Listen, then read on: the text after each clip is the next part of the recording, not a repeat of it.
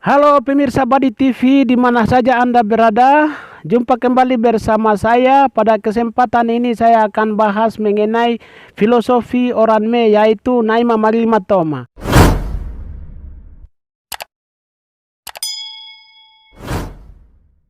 Sebuah konsep klasik yang dianut oleh suku Me, yaitu konsep tentang Naima Maglima Toma. Konsep lama tersebut hingga sekarang sering dibicarakan di kalangan masyarakat Me.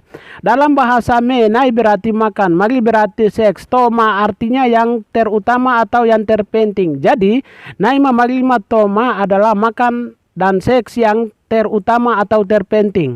Dalam hidup suku Me, Nai atau makan sangat penting. Penting untuk hidup karena kalau tidak makan orang bisa mati. Oleh karena itu, agar tetap hidup orang harus makan, dan agar tetap makan orang harus kerja. Kerja apa saja, terserah.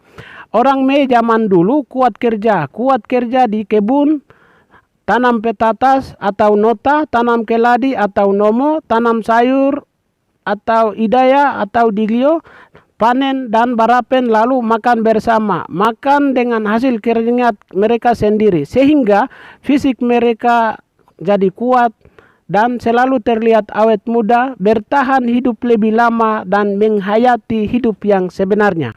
Beda dengan orang Me zaman sekarang, makan kuat tapi pemalas kerja. Jangankan kerja kebun, kerja halaman rumah saja agak susah. Padahal lahan kosong banyak, tapi tumbuh pohon tinggi, tumbuh rumput tinggi. Untuk apa kerja? Beras di kios, ganti petatas dan keladi, beli supermi, ganti sayur hitam atau sayur bayam.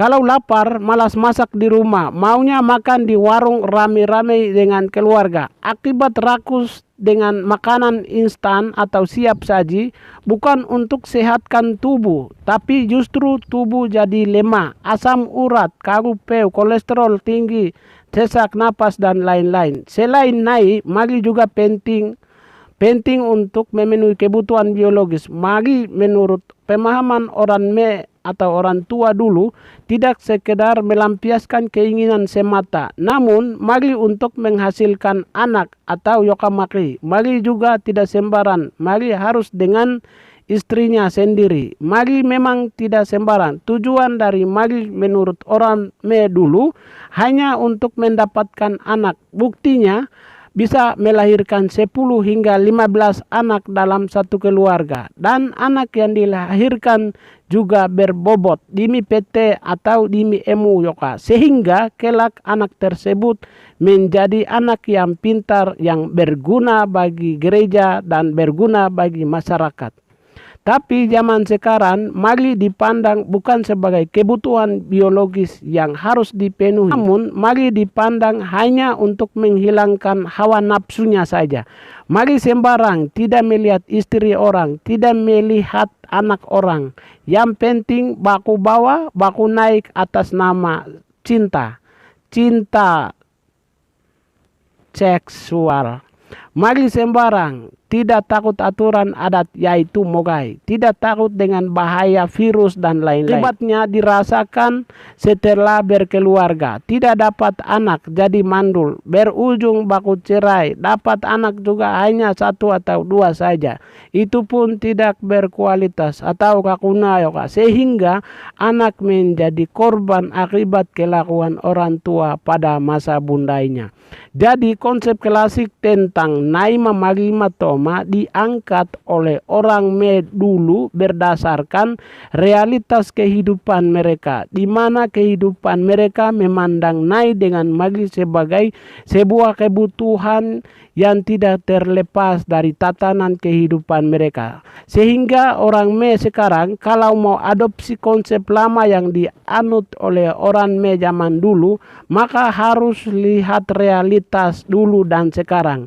Apakah nyambung atau tidak, karena berpotensi salah menafsirkan atau salah mengartikan arti sebenarnya dari Naima Maglima Toma yang dianut oleh orang Me zaman dulu. Karena mereka benar-benar menghayati Nai dengan Magli sesuai dengan konteks pada saat itu. Jadi orang Me zaman sekarang kalau mau mengangkat tema tentang Naima Marima Toma harus diartikan sesuai dengan realitas atau kenyataan yang dianut oleh orang Me dulu. Jangan sembarang magi, jangan sembarang naik karena bisa membahayakan kehidupan kita selanjutnya. Itu yang saya bisa sampaikan kepada kita, terutama orang Me atau secara umum kepada orang Papua, agar supaya bisa melihat atau menafsirkan arti dari magi dan arti dari nai yang dianut oleh orang tua Me dulu dan diartikan sesuai konteks zaman sekarang. Terima kasih dan salam. Saya Me, saya Papua. Salam akal sehat. Badi M.